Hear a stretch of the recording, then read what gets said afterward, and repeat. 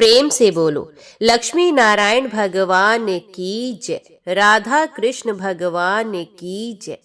आज की वीडियो में आप श्रवण करेंगे पोष मास महात्म्य में चौथे अध्याय की कथा। प्रतिष्ठानपुर में एक कौशिक नामक ब्राह्मण था। वे पूर्व जन्म में किए हुए पापों के कारण कोढ़ के रोग से व्याकुल रहने लगा। ऐसे घृणित रोग से युक्त होने पर भी उसे उसकी पत्नी देवता की भांति पूजती थी। वे अपने पति के पैरों में तेल मलती, उसका शरीर दबाती, अपने हाथों से उसे नहलाती, कपड़े पहनाती और भोजन भी कराती थी। इतना ही नहीं, उसके थूक और खंखार, मलमूत्र और रक्त भी वे स्वयं ही धोकर साफ करती थी। वे एकांत में भी पति की सेवा करती और उसे मीठी वाणी से प्रसन्न रखती थी। इस प्रकार अत्यंत विनीत भाव से वे सदा अपने स्वामी की पूजा किया करती थी। तो भी अधिक क्रोधी स्वभाव का होने के कारण वे निष्ठुर प्राय अपनी पत्नी को फटकारता ही रहता था। इतने पर भी वे उसके पैरों पड़ती और उसे देवता के समान ही समझती थी। यद्यपि उसका शरीर अत्यंत घृणा के योग्य था, तो भी वे साध्वी उसे सबसे श्रेष्ठ मानती थी।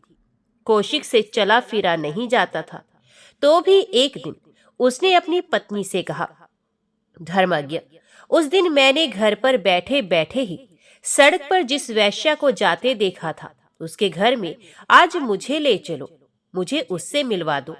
वही मेरे हृदय में बसी हुई है।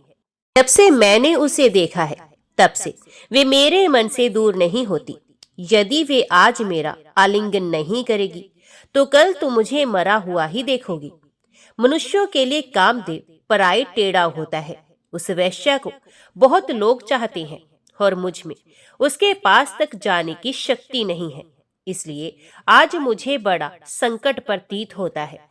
अपने कामातुर स्वामी का वचन सुनकर उत्तम कुल में उत्पन्न हुई इस परम सौभाग्यशालिनी पतिव्रता पत्नी ने अपनी कमर खूब कस ली और अधिक शुल्क लेकर पति को कंधे पर चढ़ा लिया। फिर धीरे धीरे वैश्या के घर की ओर प्रस्थान किया। रात्रि का समय था। आकाश मेघों से आच्छन्न हो रहा था। केवल बिजली के चमकने से मार्ग दिखाई दे जाता था। ऐसी बेला में वे ब्राह्मणी अपने पति का अभिष्ट साधन करने के लिए राजमार्ग से जा रही थी। मार्ग में सूली थी, जिसके ऊपर चोर ना होते हुए भी चोर के संदेह से मांडव्य नामक ब्राह्मण को चढ़ा दिया गया था। वे दुख से आतुर हो रहे थे। कौशिक पत्नी के कंधे पर बैठा था।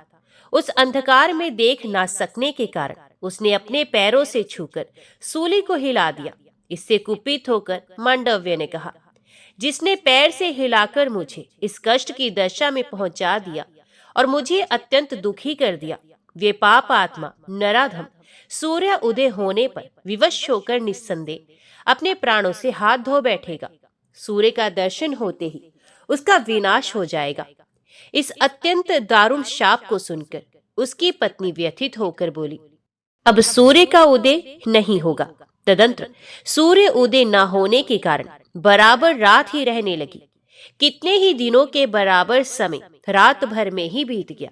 इससे देवताओं को बड़ा भय हुआ और वे सोचने लगे, स्वाध्याय, वष्टकार, स्वधा तथा स्वाहा से रहित होकर ये सारा जगत नष्ट हुए बिना कैसे रह सकता है। दिन रात की व्यवस्था हुए बिना मास और ऋतु का भी लोप हो जाएगा। उनके लोप होने से दक्षिणायन और उत्तरायण का भी ज्ञान नहीं होगा। अयन का ज्ञान हुए बिना वर्ष कैसे हो सकता है, और वर्ष के बिना काल का ज्ञान होना असंभव है। पतिव्रता के वचन से सूर्य का उदय ही नहीं होता। उसके बिना स्नान, दान, क्रियाएं बंद हो गई। अग्निहोत्र और यज्ञ का अभाव भी दृष्टि गोचर होने लगा। होम के बिना हम लोगों की तृप्ति नहीं होती। जब मनुष्य यज्ञ का यथोचित भाग देकर हमें तृप्त करते हैं, तब हम खेती की उपज के लिए वर्षा करके मनुष्यों पर अनुग्रह करते हैं। नया अन्न पैदा होने पर मनुष्य फिर हमारे लिए यज्ञ करते हैं और हम लोग यज्ञादि द्वारा पूजित होने पर उन्हें मनोवांछित भोग प्रदान करते हैं। हम नीचे की ओर वर्षा करते हैं, मनुष्य ऊपर की ओर। हम जल की वर्षा से मनुष्यों को और मनुष्य हविष्य की वर्षा से हम लोगों को तृप्त करते हैं।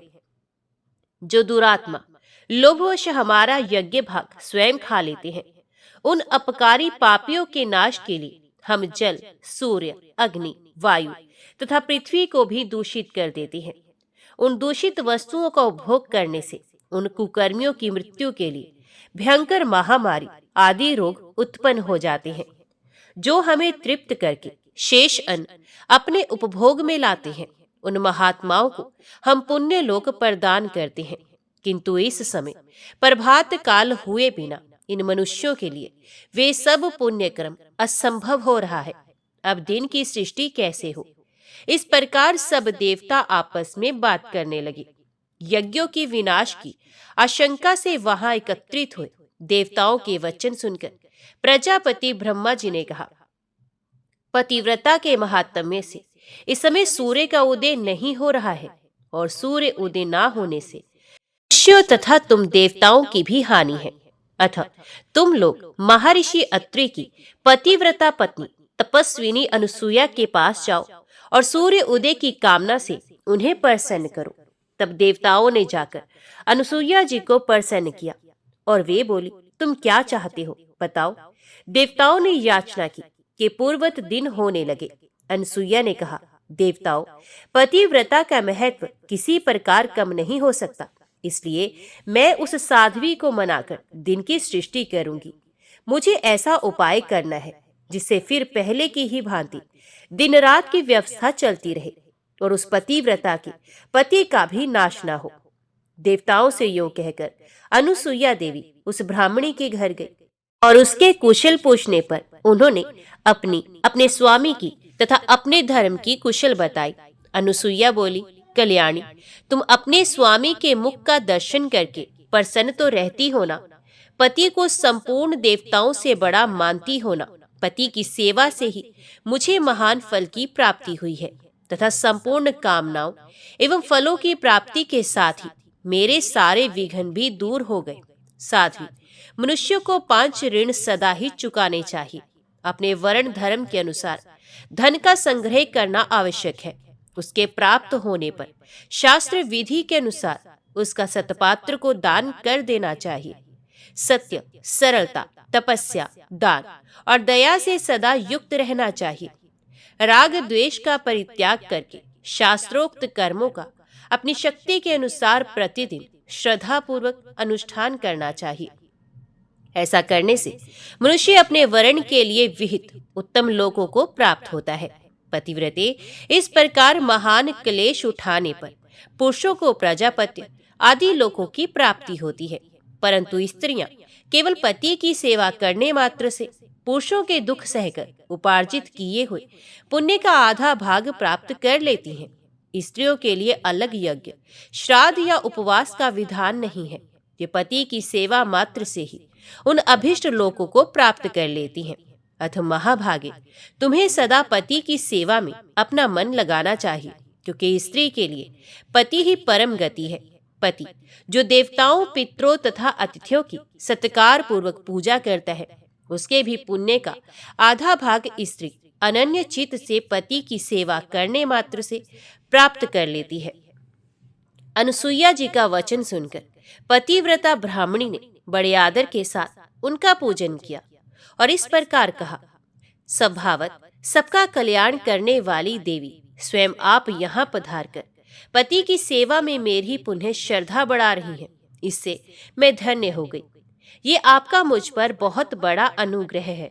इसी से देवताओं ने भी आज मुझ पर कृपा दृष्टि की है।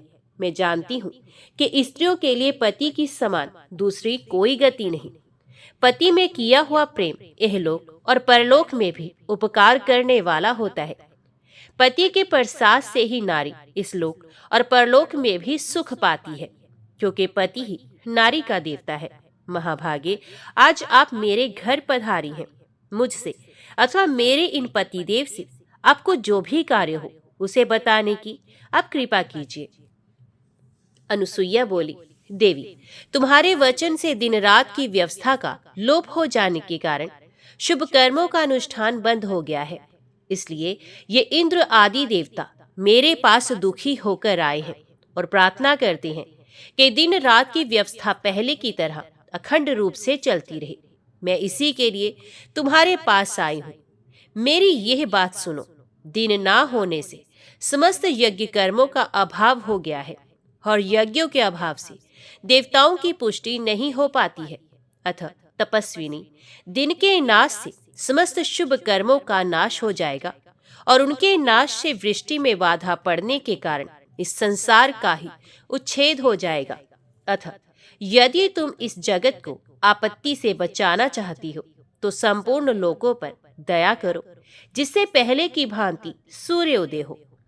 ब्राह्मणी ने कहा, महाभागे, मांडव्य ऋषि ने अत्यंत क्रोध में भरकर मेरे स्वामी मेरे ईश्वर को शाप दिया है कि सूर्य उदय होते ही तेरी मृत्यु हो जाएगी। अनसुईया बोली, कल्याणी, यदि तुम्हारी इच्छा हो और तुम कहो तो मैं तुम्हारे पति को पूर्वत शरीर एवं नई स्वस्थ अवस्था का बना दूंगी।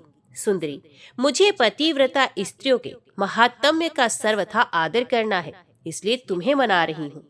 ब्राह्मणी के तथास्तु कहकर स्वीकार करने पर तपस्विनी अनुसुईया ने अर्घ्य हाथ में लेकर सूर्य देव का आवाहन किया। उस समय तक 10 दिनों के बराबर रात बीत चुकी थी। तदंतर भगवान सूर्य खिले हुए कमल के समान अरुणाकृति धारण किए अपने महान मंडल के साथ गिरिराज उद्याचल पर आरूढ़ हुए। सूर्यदेव के प्रकट होते ही ब्राह्मणी का पति प्राणहीन होकर पृथ्वी पर गिर पड़ा, किंतु उसकी पत्नी ने गिरते समय उसे पकड़ लिया। अनुसुईया बोली, भद्रे, तुम विषाद ना करना। पति की सेवा से जो तपोबल मुझे प्राप्त हुआ है उसे तुम अभी देखो। विलंब की क्या आवश्यकता। मैंने जो रूपशील बुद्धि एवं मधुर भाषण आदि सद्गुणों में अपने पति के समान दूसरे किसी पुरुष को कभी नहीं देखा है, उस सत्य के प्रभाव से ये ब्राह्मण रोग से मुक्त हो, फिर से तरुण हो जाए और अपने स्त्री के साथ 100 वर्षों तक जीवित रहे। यदि मैं स्वामी के समान और किसी देवता को नहीं समझती तो उस सत्य के प्रभाव से ये ब्राह्मण रोग मुक्त होकर पुनः जीवित हो जाए। यदि मन, वाणी एवं क्रिया द्वारा मेरा सारा उद्योग प्रतिदिन स्वामी की सेवा के ही लिए होता है तो ये ब्राह्मण जीवित हो जाए। अनसुईया देवी के इतना कहते ही वे ब्राह्मण अपनी प्रभा से उस भवन को प्रकाशमान करता हुआ रोग मुक्त तरुण शरीर से जीवित होकर उठा, मानो जरा अवस्था से रहित कोई देवता हो। तदंतर दुदंबी आदि देवताओं की बाजों की आवाज के साथ वहां फूलों की वर्षा होने लगी। देवताओं को बड़ा आनंद मिला। वे अनुसुईया देवी से कहने लगे, कल्याणी, आपने देवताओं का बहुत बड़ा कार्य किया है। तपस्विनी, इससे प्रसन्न होकर देवता आपको वर देना चाहती हैं। आप कोई वर मांगे। अनुसुईया देवी ने कहा, यदि ब्रह्मा आदि देवता मुझ पर प्रसन्न होकर वर देना चाहते हैं, यदि आप लोगों ने मुझे वर देने के योग्य समझा है तो मेरी यही इच्छा है कि ब्रह्मा, विष्णु और शिव मेरे पुत्र के रूप में प्रकट हों तथा अपने स्वामी के साथ मैं उस योग को प्राप्त करूं जो समस्त क्लेशों से मुक्ति देने वाला हो। ये सुनकर ब्रह्मा, विष्णु और शिव आदि देवताओं ने एवं वस्तु कहा और तपस्विनी अनुसुईया का सम्मान करके वे सब के सब अपने अपने धाम को चले गए। तदंतर बहुत समय व्यतीत होने के बाद ब्रह्मा जी के द्वितीय पुत्र महर्षि अत्रि ने अपनी परम साध्वी पत्नी अनुसुईया को देखा, जो ऋतु स्नान कर चुकी थी। वे सर्वांग सुंदरी थी। उनका रूप मन को लुभाने वाला था। उन्हें देखकर मुनि ने कामयुक्त होकर मन ही मन उनका चिंतन किया। उनके चिंतन करते समय जो विकार प्रकट हुआ उसे वेग युक्त वायु ने इधर उधर और ऊपर की ओर पहुंचा दिया। वे अत्रि मुनि का तेज ब्रह्म स्वरूप शुक्ल वर्ण, सोम रूप एवं रजोमय था। जब वे गिरने लगा तो उसे 10 दिशाओं ने ग्रहण कर लिया। वही प्रजापति अत्रि के मानस पुत्र चंद्रमा के रूप में अनुसुईया से उत्पन्न हुआ, जो समस्त प्राणियों के जीवन का आधार है। भगवान विष्णु ने संतुष्ट होकर अपने श्री विग्रह से सत्वमय तेज को प्रकट किया। उसी से दत्तात्रेय जी का जन्म हुआ। भगवान विष्णु ने ही दत्तात्रेय के नाम से प्रसिद्धि प्राप्त करके अनुसुईया का स्तनपान किया। वे अत्रि के द्वितीय पुत्र थे। है राज्य कृत्य वीर बड़ा उतंड था। उसने एक बार महर्षि अत्रि का अपमान कर दिया। ये देख, अत्रि के तृतीय पुत्र दुर्वासा, जो अभी माता के गर्भ में ही थे, क्रोध में भरकर 7 ही दिनों में माता के उदर से बाहर निकल आए। गर्भवास जनित महान आयास तथा पिता के अपमान जनित दुख और अमर्ष से युक्त होकर वह राज को तत्काल भस्म कर डालने को उदित हो गए थे। वे तमोगुण के उत्कर्ष से युक्त साक्षात भगवान रुद्र के अंश थे। इस प्रकार अनुसुईया के गर्भ से ब्रह्मा, विष्णु और शिव के अंशभूत 3 पुत्र उत्पन्न हुए। चंद्रमा ब्रह्मा के अंश से हुए थे। दत्तात्रेय श्री भगवान विष्णु के स्वरूप थे और दुर्वासा के रूप में साक्षात भगवान शंकर ने ही अवतार लिया था। देवताओं के वरदान देने के कारण ये तीनों देवता वहां प्रकट हुए थे। चंद्रमा अपनी शीतल किरणों से तृणलता, वल्ली, अन्न तथा मनुष्यों का पोषण करते हैं और सदा स्वर्ग में रहते हैं। वे प्रजापति के अंश हैं। दत्तात्रेय दुष्ट दैत्यों का संहार करके प्रजा की रक्षा करते हैं। विशिष्ट जनों का अनुग्रह करने वाले हैं। उन्हें भगवान विष्णु का अंश जानना चाहिए। दुर्वासा अपमान करने वाले को भस्म कर डालते हैं। वे शरीर, दृष्टि, मन और वाणी से भी उद्भट स्वभाव के हैं और रुद्र भाव का आश्रय लेकर रहते हैं। इस प्रकार प्रजापति महर्षि अत्रि ने स्वयं ही चंद्रमा को प्रकट किया। श्री विष्णु रूप दत्तात्रेय जी योगस्थ रहकर विषयों का अनुभव करने लगे। दुर्वासा अपने माता पिता को छोड़कर उन्मत्त नामक उत्तम व्रत का आश्रय ले पृथ्वी पर विचरण करने लगे। कुछ काल बीतने के पश्चात जब राजा कृतवीर्य स्वर्ग को पधारे और मंत्रियों, पुरोहितों तथा पूर्ववासियों ने राजकुमार अर्जुन को राज्याभिषेक के लिए बुलाया, उसने कहा, मंत्रियों, जो भविष्य में नरक को ले जाने वाला है वे राज्य मैं नहीं ग्रहण करूंगा। जिसके लिए प्रजाजनों से कर लिया जाता है उस उद्देश्य का पालन ना किया जाए तो राज्य लेना व्यर्थ है। वैश्य लोग अपने व्यापार से होने वाली आय का 12वां भाग राजा को इसलिए देते हैं कि वे मार्ग में लुटेरों द्वारा लूटे न जाएं। राजकीय अर्थ रक्षकों के द्वारा सुरक्षित होकर वे वाणिज्य के लिए यात्रा कर सके। ग्वाले, घी और तक्र आदि का तथा किसान अनाज का 6ठा भाग राजा को इसी उद्देश्य से अर्पण करते हैं। यदि राजा वैश्यों से संपूर्ण आय का अधिकांश भाग ले ले तो वे चोर का काम करता है। इससे उसके इष्ट और पूर्त कर्मों का नाश होता है। यदि राजा को कर देकर भी प्रजा को दूसरी वृत्तियों का आश्रय लेना पड़े, उसकी रक्षा राजा के अतिरिक्त किन्हीं अन्य व्यक्तियों द्वारा हो, तो उस अवस्था में कर लेने वाले राजा को निश्चय ही नरक में जाना पड़ता है। प्रजा की आय का जो 6ठा भाग है उसे पूर्व काल के महर्षियों ने राजा के लिए प्रजा की रक्षा का वेतन नियत किया है। यदि चोरों से वे प्रजा की रक्षा ना कर सका तो इसका पाप राजा को ही होता है। इसलिए यदि मैं तपस्या करके अपनी इच्छा के अनुसार योगी का पद प्राप्त कर लूं तो मैं पृथ्वी के पालन की शक्ति से युक्त एकमात्र राजा हो सकता हूँ। ऐसी दशा में अपने उत्तरदायित्व का पूर्ण निर्वाह करने के कारण मुझे पाप का भागी नहीं होना पड़ेगा। उसके इस निश्चय को जानकर मंत्रियों के मध्य में बैठे हुए परम बुद्धिमान वयोवृद्ध मुनि श्रेष्ठ गर्ग ने कहा, राजकुमार, यदि तुम राज्य का यथावत पालन करने के लिए ऐसा करना चाहते हो तो मेरी बात सुनो और वैसा ही करो। महाभाग दत्तात्रेय मुनि साहिर पर्वत की गुफा में रहते हैं। तुम उन्हीं की आराधना करो। वे तीनों लोकों की रक्षा करते हैं। दत्तात्रेय जी योग युक्त, परम सौभाग्यशाली, सर्वत्र समदर्शी तथा विश्व पालक भगवान विष्णु के अंश रूप से इस पृथ्वी पर अवतीर्ण हुए हैं। उन्हीं की आराधना करके इंद्र ने दुरात्मा दैत्यों द्वारा छीने हुए अपने पद को प्राप्त किया तथा दैत्यों को मार भगाया। अर्जुन ने पूछा, महर्षि, देवताओं ने परम प्रतापी दत्तात्रेय जी की आराधना किस प्रकार की थी तथा दैत्यों द्वारा छीने हुए इंद्रपद को देवराज ने कैसे प्राप्त किया था? गर्ग ऋषि ने कहा, पूर्व काल में देवताओं और दैत्यों में बड़ा भयंकर युद्ध हुआ था। उस युद्ध में दैत्यों का नायक जंभ था और देवताओं का स्वामी इंद्र। उन्हें युद्ध करते एक दिव्य वर्ष व्यतीत हो गया। उसके बाद देवता हार गए और दैत्य विजयी हुए। विप्रचति आदि दानवों ने जब देवताओं को परास्त कर दिया तब वे युद्ध से भागने लगे। अब उनमें शत्रु को जीतने का उत्साह नहीं रहा। फिर वे दैत्य सेना के वध की इच्छा से बृहस्पति जी के पास आए और उनके तथा वालखिल्य आदि महर्षियों के साथ बैठकर मंत्रणा करने लगे। बृहस्पति जी ने कहा, देवताओं, तुम अत्रि के तपस्वी पुत्र महात्मा दत्तात्रेय के पास जाओ और उन्हें भक्ति पूर्वक संतुष्ट करो। उनमें वर देने की शक्ति है। वे तुम्हें दैत्यों का नाश करने के लिए वर देंगे। तत्पश्चात तुम सब लोग मिलकर दैत्यों और दानवों का वध कर सकोगे। गर्ग ऋषि ने कहा। उनके ऐसा कहने पर देवगण दत्तात्रेय के आश्रम पर गए और वहां लक्ष्मी जी के साथ उन महात्मा का दर्शन किया।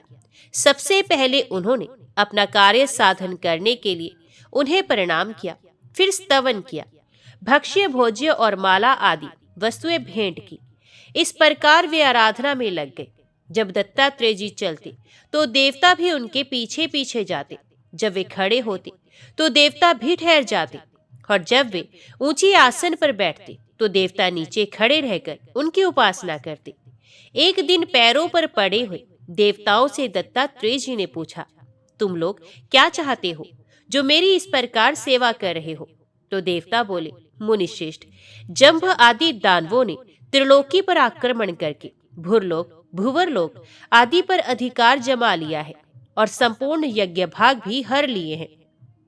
अतः आप हमारी रक्षा के लिए उनके वध का विचार कीजिए। आपकी कृपा से हम पुनः स्वर्गलोक प्राप्त करना चाहते हैं। जगन्नाथ, आप निष्पाप एवं निर्लेप हैं। विद्या के प्रभाव से शुद्ध हुए आपके अंतःकरण में ज्ञान की किरणें फैल रही हैं।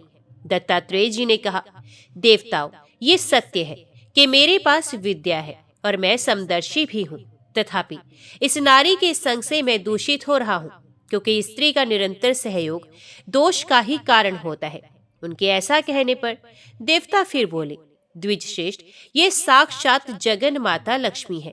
इनमें पाप का लेश भी नहीं है, अतः ये कभी दूषित नहीं होती। जैसे सूर्य की किरणें ब्राह्मण और चांडाल दोनों पर पड़ती हैं, किंतु अपवित्र नहीं होती। देवताओं के ऐसा कहने पर दत्तात्रेय जी ने हंसकर कहा, यदि तुम लोगों का ऐसा ही विचार है तो समस्त असुरों को युद्ध के लिए यहीं मेरे सामने बुला लाओ। विलंब ना करो। मेरे दृष्टिपात जनित अग्नि से उनके बल और तेज दोनों क्षीण हो जाएंगे और इस प्रकार वे सब के सब मेरी दृष्टि में पड़कर नष्ट हो जाएंगे।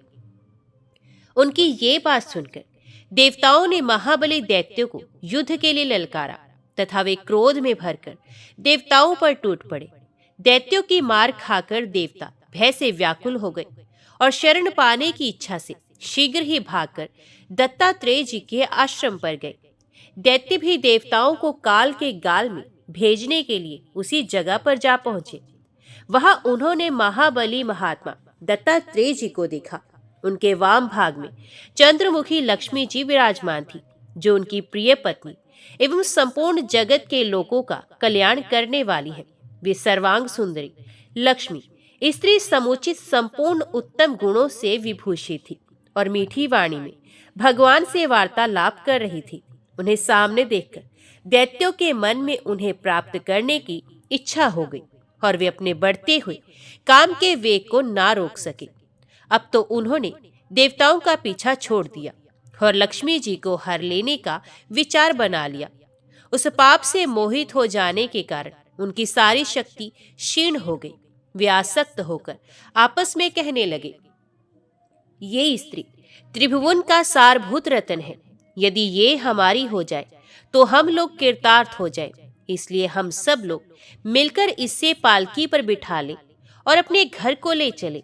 ये विचार निश्चित हो गया। आपस में ऐसी बात करके वे काम पीड़ित दैत्य आसक्ति पूर्वक वहां गए और लक्ष्मी जी को पालकी में बिठाकर उसे मस्तक पर ले अपने स्थान की ओर चल दिए। तब दत्तात्रेय जी ने हंसकर देवताओं से कहा, सौभाग्य से लक्ष्मी दैत्यों के सर पर चढ़ गई। अब तुम लोग बढ़ो, हथियार उठाकर उन दैत्यों का वध करो। अब इनसे डरने की आवश्यकता नहीं। मैंने इन्हें निस्तेज कर दिया है तथा पराई स्त्री के स्पर्श से इनका पुण्य जल गया है, जिससे वे शक्तिहीन हो चले हैं। तदंतर देवताओं ने नाना प्रकार के अस्त्र शस्त्रों से दैत्यों को मारना आरंभ किया। लक्ष्मी उनके सिर पर चढ़ी हुई थी, इसलिए वे नष्ट हो गए। इसके बाद लक्ष्मी जी वहां से महामुनि दत्तात्रेय के पास आ गई। उस समय संपूर्ण देवता उनकी स्तुति करने लगे। दैत्यों के नाश से उन्हें बड़ी प्रसन्नता हुई थी। फिर परम बुद्धिमान दत्तात्रेय जी को प्रणाम करके देवता स्वर्ग में चले गए और पहले की भांति निश्चिंत होकर रहने लगे। राजन, यदि तुम भी इसी प्रकार अपनी इच्छा के अनुसार अनुपम ऐश्वर्य प्राप्त करना चाहते हो तो तुरंत ही उनके आराधना में लग जाओ। गर्गमुनि की ये बात सुनकर राजा कार्तवीर्य ने दत्तात्रेय जी के आश्रम पर जा उनका भक्ति पूर्वक पूजन किया। वे उनका पैर दबाता, उनके लिए माला, चंदन, गंध, जल और फल आदि सामग्री प्रस्तुत करता, भोजन के साधन जुटाता और जूठन साफ करता था। इससे संतुष्ट होकर मुनि ने कार्तवीर्य से कहा, अरे भैया, तुम देखते हो मेरे पास ये स्त्री बैठी हुई है। मैं इसके उपभोग से निंदा का पात्र हो रहा हूँ, अतः मेरी सेवा तुम्हें नहीं करनी चाहिए। मैं कुछ भी करने में असमर्थ हूँ। तुम अपने उपकार के लिए किसी शक्तिशाली पुरुष की आराधना करो। उनके इस प्रकार कहने पर कार्तवीर्य अर्जुन को गर्ग जी की बात का स्मरण हो आया।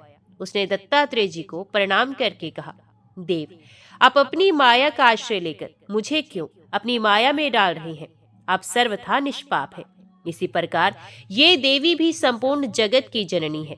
अर्जुन के यो कहने पर भगवान ने संपूर्ण भूमंडल को वश में करने वाले महाभाग कार्तवीर्य से कहा, राजन, तुमने मेरे गूढ़ रहस्य का कथन किया है, इसलिए मैं तुम पर बहुत संतुष्ट हूँ। तुम कोई वर मांगो। कार्तवीर्य ने कहा, देव, यदि आप मुझ पर प्रसन्न हैं तो मुझे ऐसी उत्तम ऐश्वर्य शक्ति प्रदान कीजिए जिससे मैं प्रजा का पालन करूं और अधर्म का भागी ना बनूं। मैं दूसरों के मन की बात जान लूं और युद्ध में कोई मेरा सामना ना कर सके। युद्ध करते समय मुझे 1000 भुजाएं प्राप्त हो, किंतु वे इतनी हल्की हों जिससे मेरे शरीर पर भार ना पड़े। पर्वत, आकाश, जल, पृथ्वी और पाताल में मेरी अबाध गति हो। मेरा वध मेरी अपेक्षा श्रेष्ठ पुरुष के हाथ से हो। यदि कभी मैं कुमार्ग में परवर्त हूँ तो मुझे सन्मार्ग दिखाने वाला उपदेशक प्राप्त हो। मुझे श्रेष्ठ अतिथि प्राप्त हो और निरंतर दान करते रहने पर भी मेरा धन कभी क्षीण ना हो। मेरे स्मरण करने मात्र से संपूर्ण राष्ट्र में धन का अभाव दूर हो जाए तथा आप में मेरी अनन्य भक्ति बनी रहे। दत्तात्रेय जी बोले, तुमने जो जो वरदान मांगे हैं वे सब तुम्हें प्राप्त होंगे। तुम मेरे प्रसाद से चक्रवर्ती सम्राट होगे। तदंतर दत्तात्रेय जी को प्रणाम करके अर्जुन अपने घर गया और समस्त प्रजा एवं अमात्य वर्ग के लोगों को एकत्रित करके उसने राज्य अभिषेक ग्रहण किया। उसके अभिषेक के लिए गंधर्व, श्रेष्ठ अप्सराएं, वशिष्ठ आदि महर्षि, मेरु आदि पर्वत, गंगा आदि नदियां और समुद्र, पाकर आदि वृक्ष, इंद्र आदि देवता, वासुकी आदि नाग, गरुड़ आदि पक्षी तथा नगर एवं जनपद के निवासी भी आए थे। श्री दत्तात्रेय जी की कृपा से अभिषेक की सब सामग्री अपने आप जुट गई थी। फिर तो ब्रह्मा आदि देवताओं ने होम के लिए अग्नि को प्रज्वलित किया तथा साक्षात नारायण स्वरूप श्री दत्तात्रेय जी एवं अन्यान्य महर्षियों ने समुद्र और नदियों के जल से अर्जुन का राज्य अभिषेक किया। राज सिंहासन पर आसीन होते ही हैह नरेश ने अधर्म के नाश और धर्म की रक्षा के लिए घोषणा कराई। दत्तात्रेय जी से उत्तम ऐश्वर्य शक्ति पाकर वे बड़े शक्तिशाली हो गए थे। राजा की घोषणा इस प्रकार थी, आज से मुझको छोड़कर जो कोई भी शस्त्र ग्रहण करेगा अथवा दूसरों की हिंसा में प्रवृत्त होगा वे लुटेरा समझा जाएगा और मेरे हाथ से उसका वध होगा। ऐसी आज्ञा के जारी होने पर उस राज्य में महाप्रकर्मी नरश्रेष्ठ राजा अर्जुन को छोड़कर दूसरा कोई भी मनुष्य शस्त्र ग्रहण नहीं करता था। स्वयं राजा ही गांव, पशुओं, खेतों एवं द्विजातियों की रक्षा करते थे। तपस्वियों तथा व्यापारियों के समुदाय की रक्षा भी स्वयं ही करते थे। लुटेरे, सर्प, अग्नि तथा शस्त्र आदि से भयभीत मनुष्यों का तथा अन्य प्रकार की आपत्तियों में मगन हुए मानवों का वे स्मरण करने मात्र से तत्काल उद्धार कर देते थे। उनके राज्य में धन का अभाव कभी नहीं होता था। उन्होंने अनेक ऐसे यज्ञ किए जिनके पूर्ण होने पर ब्राह्मणों को प्रचुर दक्षिणाएं दी जाती थी। उन्होंने कठोर तपस्या की और संग्रामों में भी महान पराक्रम दिखाया। उनकी समृद्धि और बढ़ा हुआ सम्मान देखकर अंगिरा मुनि ने कहा, अन्य राजा लोग यज्ञ, दान, तपस्या अथवा संग्राम में पराक्रम दिखाने में राजा कार्तवीर्य की तुलना नहीं कर सकते। राजा अर्जुन ने जिस दिन दत्तात्रेय जी से समृद्धि प्राप्त की थी, उस दिन के आने पर वे उनके लिए यज्ञ करता था और सारी प्रजा भी राजा को परम ऐश्वर्य की प्राप्ति हुई देखकर उसी दिन एकाग्र चित्र से दत्तात्रेय जी का यजन करती थी। इस प्रकार चराचर गुरु भगवान विष्णु के स्वरूप भूत महात्मा दत्तात्रेय जी की महिमा का वर्णन किया गया। शंख चक्र, गदा एवं शारंग धनुष धारण करने वाले अनंत एवं अपरमेय भगवान विष्णु के अनेक अवतार पुराणों में वर्णित है। जो मनुष्य उनके परम स्वरूप का चिंतन करता है वे सुखी होता है और संसार में उसका शीघ्र ही उद्धार हो जाता है। और वे आदि अंत रहित भगवान विष्णु अधर्म के नाश और धर्म के प्रचार के लिए ही संसार की रक्षा और पालन करते हैं। ओम नमो भगवते वासुदेवाय नमः। जय श्री राधे कृष्णा। राजा परीक्षित ने सुखदेव जी से पूछा, भगवान शंकर ने समस्त भोगों का परित्याग कर रखा है, परंतु देखा जाता है कि जो देवता, असुर अथवा मनुष्य उनकी उपासना करते हैं वे पराय धनी और भोग संपन्न हो जाते हैं। और भगवान विष्णु लक्ष्मीपति हैं, परंतु उनकी उपासना करने वाले प्राय धनी और भोग संपन्न नहीं होते। दोनों प्रभु त्याग और भोग की दृष्टि से एक दूसरे से विरुद्ध स्वभाव वाले हैं, परंतु उनके उपासकों को उनके स्वरूप के विपरीत फल मिलता है। मुझे इस विषय में बड़ा संदेह है कि त्यागी की उपासना से भोग और लक्ष्मीपति की उपासना से त्याग कैसे मिलता है।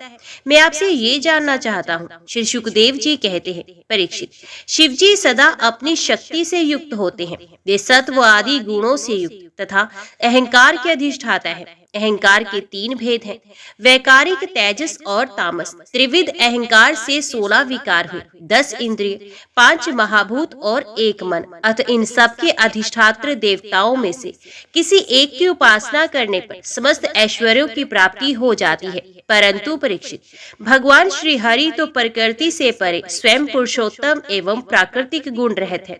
वे सर्वज्ञ तथा सबके अंतकरणों के साक्षी हैं। जो उनका भजन करता है वे स्वयं ही गुणातीत हो जाता है। परीक्षित, जब तुम्हारे दादा धर्मराज युधिष्ठिर अश्वमेघ यज्ञ कर चुके तब भगवान से विविध प्रकार के धर्मों का वर्णन सुनते समय उन्होंने भी यही प्रश्न किया था।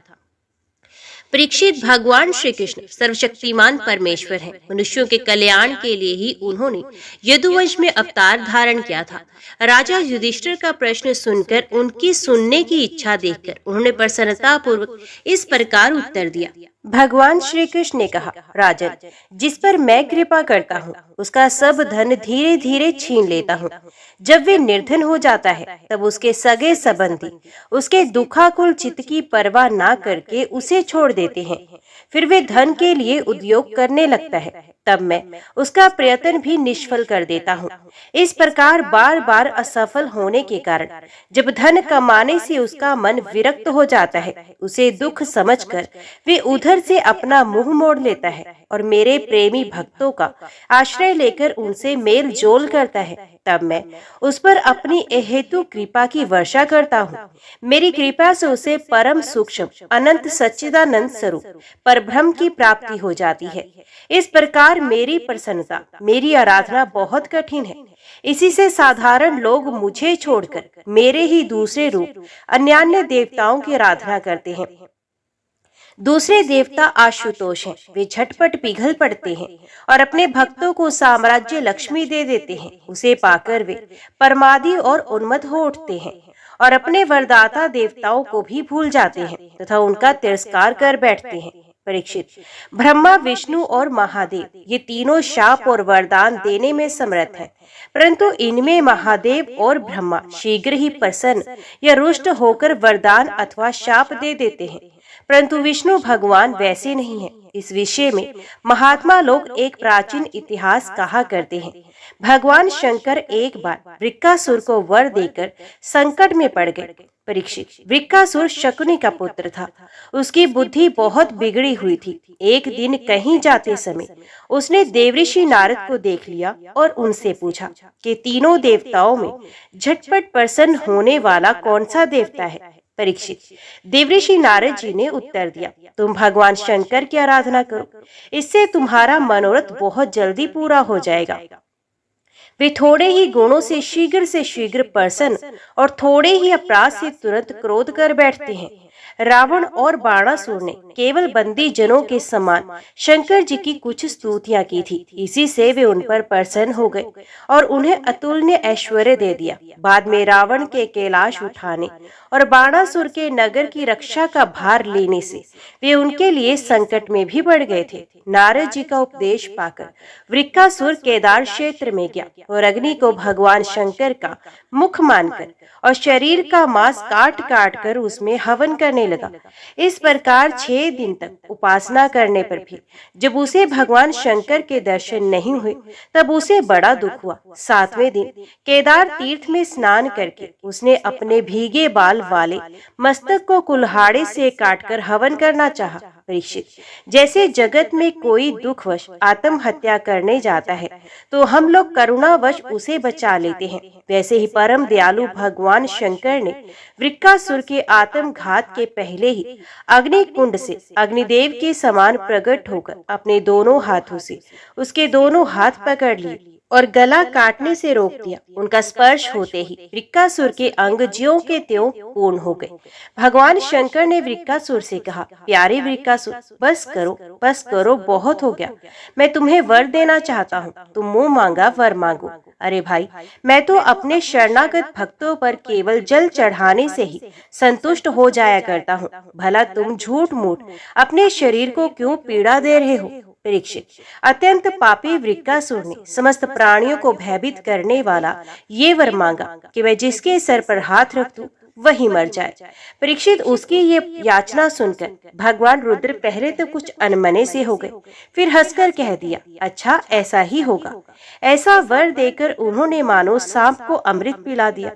भगवान शंकर के इस प्रकार कह देने पर वृक्कासुर के मन में ये लालसा हुआ कि मैं पार्वती जी को हर लूं। वे असुर शंकर जी के वर की परीक्षा लेने के लिए उन्हीं के सर पर हाथ रखने को उद्योग करने लगा। अब तो शंकर जी अपने दिए हुए वरदान से ही भयभीत हो गए। वे उनका पीछा करने लगा और वे उससे डरकर कांपते हुए भागने लगे। वे पृथ्वी, स्वर्ग और दिशाओं के अंत तक दौड़ते गए, परंतु फिर भी उससे पीछा करते देख उत्तर की ओर बढ़े। बड़े बड़े देवता इस संकट को टालने का कोई उपाय ना देखकर चुप रह गए। अंत में वे प्राकृतिक अंधकार से परे परम प्रकाश में वैकुंठ लोक में पहुंचे। वैकुंठ में स्वयं भगवान नारायण निवास करते हैं। एकमात्र वे ही उन सन्यासियों की परम गति हैं जो सारे जगत को अभेदान करके शांत भाव में स्थित हो गए हैं। वैकुंठ में जाकर जीव को फिर लौटना नहीं पड़ता। भक्त भयहारी भगवान ने देखा शंकर जी तो बड़े संकट में पड़े हुए हैं, तब वे अपनी योग माया से ब्रह्मचारी बनकर दूर से ही धीरे धीरे वृक्कासुर की ओर आने लगे। भगवान ने मूंज की मेखला, काला मृग चरम, दंड और रुद्राक्ष की माला धारण कर रखी थी। उनके एक एक अंग से ज्योति निकल रही थी, मानो आग धधक रही हो। वे हाथ में कुश लिए हुए थे। वृक्कासुर को देखकर उन्होंने बड़ी नम्रता से झुककर प्रणाम किया। ब्रह्मचारी वेशधारी भगवान ने कहा, शकुनी नंदन वृक्कासुर जी, आप स्पष्ट ही बहुत थके से जान पड़ते हैं। आज आप बहुत दूर से आ रहे हैं क्या?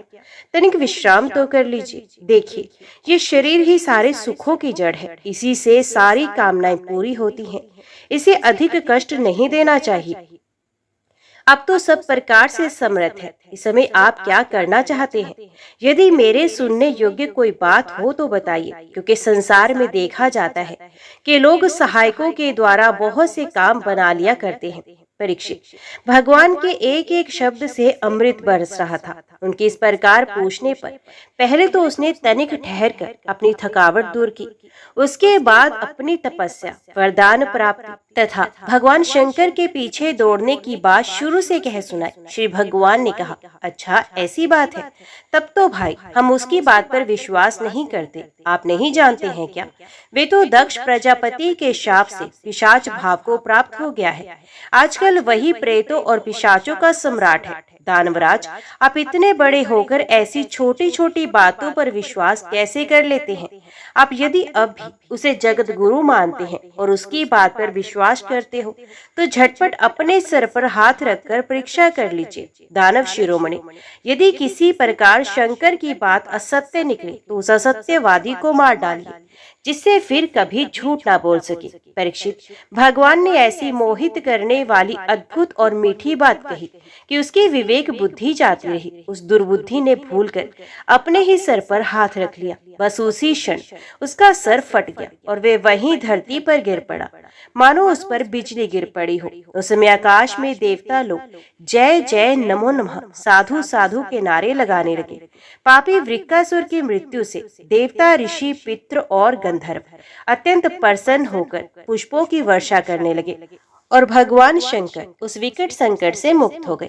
अब भगवान पुरुषोत्तम ने भयमुक्त शंकर जी से कहा कि देवाधिदेव, बड़े हर्ष की बात है कि इस दुष्ट को इसके पापों ने ही नष्ट कर दिया। परमेश्वर, भला ऐसा कौन प्राणी है जो महापुरुषों का अपराध करके कुशल से रह सके? फिर स्वयं जगत गुरु विश्वेश्वर, आपका अपराध करके तो कोई सकुशल रह ही कैसे सकता है? भगवान अनंत शक्तियों के समुद्र है। उनकी एक एक शक्ति मन और वाणी की सीमा के परे है। संकट से छुड़ाने की ये लीला जो कोई कहता या सुनता है, वे संसार के बंधनों और शत्रुओं के भय से मुक्त हो जाता है। ओम नमो भगवते वासुदेवाय नमः। अभी श्रवण कीजिए श्रीमद् भागवत गीता के पहले अध्याय का महात्म्य। श्री पार्वती जी ने महादेव जी से कहा, भगवान, आप सब तत्वों के ज्ञाता हैं। आपकी कृपा से मुझे श्री विष्णु संबंधी नाना प्रकार के धर्म सुनने को मिले जो समस्त लोक का उद्धार करने वाले हैं। देवेश, अब मैं गीता का महात्म्य सुनना चाहती हूँ, जिसका श्रवण करने से श्री हरि में भक्ति बढ़ती है। श्री महादेव जी बोले, जिनका श्री विग्रह अलसी के फूल की भांति श्याम वर्ण का है, पक्षी राज गरुड़ ही जिनके वाहन है, जो अपनी महिमा से कभी च्युत नहीं होते तथा शेषनाग की शैया पर शयन करते हैं, उन भगवान महाविष्णु की हम उपासना करते हैं। एक समय की बात है, मूढ़ दैत्य के नाशक भगवान विष्णु शेषनाग के रमणीय आसन पर सुखपूर्वक विराजमान थे। उस समय समस्त लोगों को आनंद देने वाली भगवती लक्ष्मी ने आदर पूर्वक प्रश्न किया। श्री लक्ष्मी जी ने पूछा, भगवान, आप संपूर्ण जगत का पालन करते हुए भी अपने ऐश्वर्य के प्रति उदासीन से होकर जिस क्षीर सागर में नींद ले रहे हैं, इसका क्या कारण है? श्री भगवान बोले, सुमुखी, मैं नींद नहीं लेता हूँ, अपितु तत्व का अनुसरण करने वाली अंतर्दृष्टि के द्वारा अपने ही माहेश्वर तेज का साक्षात्कार कर रहा हूँ। देवी, ये वही तेज है जिसका योगी पुरुष कुशाग्र बुद्धि के द्वारा अपने अंतकरण में दर्शन करते हैं तथा जिसे मीमांसक विद्वान वेदों का सार तत्व निश्चित करते हैं। ये माहेश्वर तेज एक अजर प्रकाश स्वरूप आत्म रूप रोग शोक से रहित अखंड आनंद का पुंज निरीह तथा द्वैत रहत है। इस जगत का जीवन उसी के अधीन है, मैं उसी का अनुभव करता हूँ। देवेश्वरी, यही कारण है कि मैं तुम्हें नींद लेता सा प्रतीत हो रहा हूँ। श्री लक्ष्मी ने कहा, ऋषिकेश, आप ही योगी पुरुषों के ध्येय हैं, आपके अतिरिक्त भी कोई ध्यान करने योग्य तत्व है, ये जानकर मुझे बड़ा कौतूहल हो रहा है। इस चराचर जगत की सृष्टि और संहार करने वाले स्वयं आप हैं, आप सर्व समर्थ हैं। इस प्रकार की स्थिति में होकर भी यदि आप उस परम तत्व से भिन्न हैं, तो मुझे उसका बोध कराइए। श्री भगवान बोले, प्रिय, आत्मा का स्वरूप द्वैत और अद्वैत से पृथक, भाव और अभाव से मुक्त तथा आदि और अंत से रहित है। शुद्ध ज्ञान के प्रकाश से उपलब्ध होने वाला तथा परम आनंद स्वरूप होने के कारण एकमात्र सुंदर है। यही मेरा ईश्वरीय रूप है। आत्मा का एक तत्व ही सबके द्वारा जानने योग्य है। गीता शास्त्र में इसी का प्रतिपादन हुआ है। अमित तेजस्वी भगवान विष्णु के ये वचन सुनकर लक्ष्मी देवी ने शंका उपस्थित करते हुए कहा, भगवान, यदि आपका स्वरूप स्वयं परम आनंद में और मन वाणी की पहुंच के बाहर है, तो गीता कैसे उसका बोध कराती है? मेरे इस संदेह का आप निवारण कीजिए। श्री भगवान बोले, सुंदरी सुनो, मैं गीता में अपनी स्थिति का वर्णन करता हूँ। क्रमश 5 अध्यायों को तुम 5 मुख जानो, 10 अध्यायों को 10 भुजाएं समझो तथा 1 अध्याय को उदर और 2 अध्यायों को दोनों चरण कमल समझो। इस प्रकार ये 18 अध्यायों की वाक्य में ईश्वरी मूर्ति ही समझनी चाहिए। ये ज्ञान मात्र से ही महान पातकों का नाश करने वाली है। जो उत्तम बुद्धि वाला पुरुष गीता के 1 या आधे अध्याय का अथवा 1 आधे या चौथाई श्लोक का भी प्रतिदिन अभ्यास करता है, वे सुशर्मा के समान मुक्त हो जाता है। श्री लक्ष्मी जी ने पूछा, देव, सुशर्मा कौन था, किस जाति का था और किस कारण से उसकी मुक्ति हुई? श्री भगवान बोले, प्रिय, सुशर्मा बड़ी खोटी बुद्धि का मनुष्य था। पापियों का तो वे शिरोमणि ही था। उसका जन्म वैदिक ज्ञान से शून्य एवं क्रूरतापूर्ण कर्म करने वाले ब्राह्मणों के कुल में हुआ था। वे न ध्यान करता था, न जप, न होम करता था, न अतिथियों का सत्कार। वे लंपट होने के कारण सदा विषयों के सेवन में ही आसक्त रहता था। हल जोतता और पत्ते बेचकर जीविका चलाता था। उसे मदिरा पीने का व्यसन था तथा वे मांस भी खाया करता था। इस प्रकार उसने अपने जीवन का दीर्घ काल व्यतीत कर दिया। एक दिन मूढ़ बुद्धि सुशर्मा पत्ते खाने के लिए किसी ऋषि की वाटिका में घूम रहा था। इसी बीच में काल रूपधारी काले सांप ने उसे डस लिया। सुशर्मा की मृत्यु हो गई। तदंतर वे अनेक नरकों में जा वहां की यातनाएं भोगकर मृत्यु लोक में लौट आया और यहाँ बोझ ढोने वाला बैल हुआ।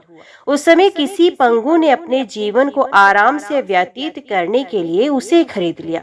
बैल ने अपनी पीठ पर पंगु का भार ढोते हुए बड़े कष्ट से 7-8 वर्ष बिताए।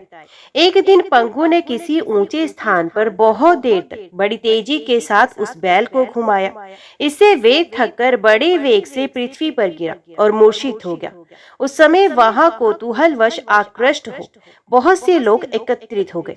उस जन समुदाय में से किसी पुण्यात्मा व्यक्ति ने उस बैल का कल्याण करने के लिए उसे अपना पुण्य दान किया। तत्पश्चात कुछ दूसरे लोगों ने भी अपने अपने पुण्यों को याद करके उन्हें उसके लिए दान किया। उस भीड़ में एक वैश्या भी खड़ी थी। उसे अपने पुण्य का पता नहीं था, तो भी उसने लोगों की देखा देखी उस बैल के लिए कुछ त्याग किया। तदंतर यमराज के दूत उस मरे हुए प्राणी को पहले यमपुरी में ले गए। वहां ये विचार कर कि ये वैश्या के दिए हुए पुण्य से पुण्यवान हो गया है, उसे छोड़ दिया गया। फिर वे भूलोक में आकर उत्तम कुल और शील वाले ब्राह्मणों के घर में उत्पन्न हुआ। उस समय भी उसे अपने पूर्व जन्म की बातों का स्मरण बना रहा। बहुत दिनों के बाद अपने अज्ञान को दूर करने वाले कल्याण तत्व का जिज्ञासु होकर वे उस वैश्या के पास गया और उसके दान की बात बताते हुए उसने पूछा, तुमने कौन सा पुण्य दान किया था? तो वैश्या ने उत्तर दिया, वे पिंजरे में बैठा हुआ तोता प्रतिदिन कुछ पढ़ता था, उससे मेरा अंतकरण पवित्र हो गया। उसी का पुण्य मैंने तुम्हारे लिए दान किया था। इसके बाद उन दोनों ने तोते से पूछा। तब उस तोते ने अपने पूर्व जन्म का स्मरण करके प्राचीन इतिहास कहना आरंभ किया। शुक बोला, पूर्व जन्म में मैं विद्वान होकर भी विद्वता के अभिमान से मोहित रहता था। मेरा राग द्वेष इतना बढ़ गया था कि मैं गुणवान विद्वानों के प्रति भी ईर्ष्या भाव रखने लगा। फिर समय अनुसार मेरी मृत्यु हो गई और मैं अनेकों घृणित लोकों में भटकता फिरा। उसके बाद इस लोक में आया। सद्गुरु की अत्यंत निंदा करने के कारण तोते के कुल में मेरा जन्म हुआ। पापी होने के कारण छोटी अवस्था में ही मेरा माता पिता से वियोग हो गया। एक दिन मैं ग्रीष्म ऋतु में तपे हुए मार्ग पर पड़ा था। वहां से कुछ श्रेष्ठ मुनि मुझे उठा लाए और महात्माओं के आश्रम के भीतर एक पिंजरे में उन्होंने मुझे डाल दिया। वहीं मुझे पढ़ाया गया। ऋषियों के बालक बड़े आदर के साथ गीता के प्रथम अध्याय की आवृत्ति करते थे। उन्हीं से सुनकर मैं भी बारंबार पाठ करने लगा। इसी बीच में एक चोरी करने वाले बहेलिये ने मुझे वहां से चुरा लिया। तत्पश्चात इस देवी ने मुझे खरीद लिया। यही मेरा वृत्तांत है, जिसे मैंने आप लोगों से बता दिया। पूर्व काल में मैंने इस प्रथम अध्याय का अभ्यास किया था, जिससे मैंने अपने पाप को दूर किया है। फिर उसी से इस वैश्य का भी अंतकरण शुद्ध हुआ है और उसी के पुण्य से ये द्विज श्रेष्ठ सुशर्मा भी पाप मुक्त हुए हैं। इस प्रकार परस्पर वार्तालाप और गीता के प्रथम अध्याय के महात्म्य की प्रशंसा करके वे तीनों निरंतर अपने अपने घर पर गीता का अभ्यास करने लगे। फिर ज्ञान प्राप्त करके वे मुक्त हो गए। इसलिए जो गीता के प्रथम अध्याय को पढ़ता, सुनता तथा अभ्यास करता है, उसे इस भवसागर को पार करने में कोई कठिनाई नहीं होती। ओम नमो भगवते वासुदेवाय नमः। जय श्री राधे कृष्ण। आज की वीडियो में इतना ही। उम्मीद करती हूँ वीडियो आपको पसंद आई होगी। वीडियो पसंद आई हो तो वीडियो को लाइक और चैनल को सब्सक्राइब जरूर कीजिएगा। जय श्री हरि लिखकर कमेंट बॉक्स में अपनी हाजिरी और अपने सुझाव देना ना भूलेगा। तो मिलते हैं अगली कथा अगली वीडियो के साथ। तब तक के लिए देखते व सुनते रहिए। जय मां कंचन, जय माता दी।